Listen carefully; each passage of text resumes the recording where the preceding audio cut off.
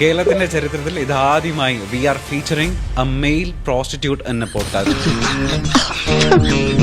ഇട്ടിപ്പെട്ട് സാധനം വളഞ്ഞത് തന്നെ. ഓരോ ഫാന്റസിക്കും ഞങ്ങൾ ഓരോ റേറ്റ് ഫിക്സ് ചെയ്യും. ഇങ്ങനെയൊക്കെ വേണമെങ്കിൽ ഞങ്ങൾക്ക് ഇത് ചെയ്താൽ അങ്ങനെ ചെയ്യാം. നിങ്ങൾ സെലിബ്രിറ്റി എൻകൗണ്ടേഴ്സ് ഉണ്ടാവാറുണ്ട്, സെലിബ്രിറ്റീസ് അടക്കം നിങ്ങളെ കോൾ ചെയ്യാറുണ്ട് എന്നുള്ളത്. കേരളത്തിലും ഉണ്ട്, തമിഴ്നാട്ടിലും ഉണ്ട് സെലിബ്രിറ്റീസ് എൻകൗണ്ടേഴ്സ്. ഇവിടെ മാത്രമല്ല, എല്ലാ സ്ഥലത്തു നിന്നും ഔട്ട് ഓഫ് സ്റ്റേറ്റ് വരെ ഉണ്ട്. അപ്പം മൊത്തം ഉണ്ട്, ഇന്ത്യ മൊത്തം കാണും. ഇന്റർനാഷണൽ ബിസിനസ് ആണ് പുള്ളിയുടെ.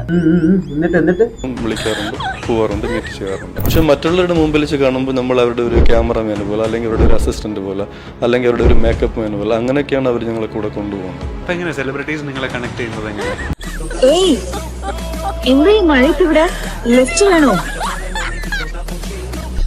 കൂടുതലും എൻക്വയറീസ് വരുന്നത് ഏത് പ്രായത്തിലുള്ള ആൾക്കാരെ കൂടുതലും വരാറ്? 40 മേളിലാണ് അധികം.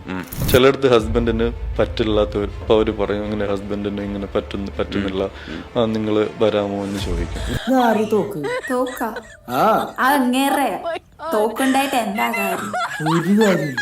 ഒരു കാര്യം ചില സമയത്ത് ഫാമിലി ആയിട്ട് വിളിക്കും. ചില ഗ്രൂപ്പ് അവരെന്നിട്ട് ഞങ്ങൾ രണ്ടുപേരും നമുക്കൊരു നീ ഞങ്ങളുടെ കൂടെ ഫാമിലി ആയിട്ടാ എന്തോടെ വിരുന്ന സൽക്കാരോ ഇത്? എന്തൊക്കെ കാണണമെന്തോ. പറ. എന്നിട്ട് ആരാ അപ്പൊ നിങ്ങളുടെ റേറ്റ് ഫിക്സ് ചെയ്യുന്നത്? ആരാണ്? എങ്ങനെയാണ്? എന്താ അപ്പൊ നിങ്ങളുടെ റേറ്റ് ഫിക്സ് ചെയ്യുന്നത് നിങ്ങൾ തന്നെയാണോ, അല്ലെങ്കിൽ നിങ്ങളെ സമീപിക്കുന്ന ക്ലയൻസ് ആണോ? ഇല്ല, ഞങ്ങളുടെ റേറ്റ് ഞങ്ങളാണ് ഫിക്സ് ചെയ്യുന്നത്. ഞങ്ങൾക്ക് ഒരു ദിവസം ഇത്ര രൂപ വേണം. അതായത് ഇപ്പൊ ഞങ്ങളെ പോലെ വേറെ കുറെ പേരൊക്കെ ഉണ്ടല്ലോ.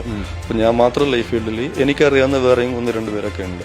അപ്പൊ അവരുടെ അടുത്തേക്ക് ചോദിക്കും നിങ്ങളുടെ റേറ്റ് എത്രയാണെന്ന് ചോദിച്ചാൽ അവർ പറയും നിങ്ങൾക്ക് പെർ ഡേക്ക് ഇത്രയാണ്, ഇതാണ് റേറ്റ് എന്ന് പറയും. ഞങ്ങൾ അതനുസരിച്ചിട്ട് എന്റെ കപ്പാസിറ്റിയുള്ള റേറ്റ് ഞങ്ങൾ ഫിക്സ് ചെയ്യും. അതെല്ലാം അവിടെ നിൽക്കട്ടെ, വല്ലതും നടന്നു.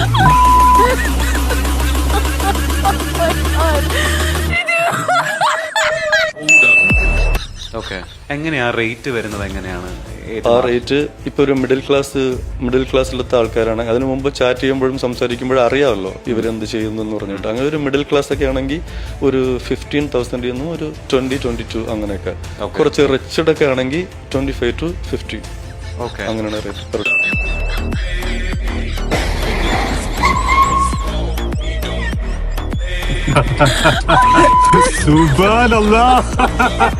എന്താ മണിച്ചവിടെ ഇങ്ങളെ പോലെ തൊടുത്ത സുന്ദര കുട്ടന്മാര് ഇങ്ങനെ പൊള്ളണ മേൽക്കുന്ന കാർത്തു പോകുന്നു.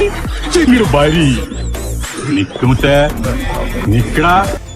അങ്ങനെയാണ് rate per day. 15 to 20K ഒക്കെ തരാൻ ഇവിടെ അപ്പൊ കേരളത്തിലുള്ള ആളുകൾ എപ്പോഴും കുറച്ച് റിച്ചഡ് ആയ ഒരു വില്ലിംഗ് ആയിട്ട് ആൾക്കാരുണ്ട്. പിന്നെ നോർമലി 15 to 25 നോർമലി അങ്ങനെ തരുന്നവരും. അപ്പൊ ഫുൾ എക്സ്പെൻസീവ് ഐറ്റം ആണ്. ഓക്കെ, എന്താണെങ്കിലും പുള്ളിയുടെ ജീവിതം പുള്ളി എങ്ങനെ ജീവിക്കട്ടെ, അതൊന്നും അല്ല ഇവിടുത്തെ വിഷയം. പ്രശ്നം ഇതുപോലുള്ള ഇന്റർവ്യൂയിലൊക്കെ വരുമ്പോൾ മുഖമൊക്കെ മൂടി വെച്ച്, ആരും അറിയാതിരിക്കാൻ മുഖമൊക്കെ മൂടി വെച്ച് അതൊക്കെ. പക്ഷേ ഒരു കാര്യം കൂടെ ചെയ്യണമായിരുന്നു. ഡ്രസ്സ് ഉണ്ടല്ലോ, ഡ്രസ്സൊക്കെ ഇട്ട് വരുമ്പോൾ മാക്സിമം ഇതുപോലത്തെ ടീഷർട്ടൊക്കെ മാറ്റണം. ടീഷർട്ട് മാറ്റിയിട്ട് ഇതുപോലെയുള്ള ഫുൾ കൈ, ഇങ്ങനെയുള്ള ഫുൾ കൈ ഡ്രസ്സൊക്കെ ഇട്ടുകൊണ്ട് വന്നിട്ട് ഇതുപോലെ ഫുൾ കൈ മൊത്തം ഇങ്ങനെ ആക്കി ബെൻഡാക്കി ഹോൾഡ് ചെയ്ത് ഇങ്ങനെ വെച്ചിരിക്കണം. ഇല്ലെങ്കിൽ എന്താന്ന് വെച്ചാൽ കയ്യിലെ ടാറ്റു ഒക്കെ വെച്ച് പിള്ളേര് പൊക്കും. ഇപ്പൊ പിള്ളേരെ പൊക്കി ആരാണെന്ന് പിള്ളേര് പൊക്കി.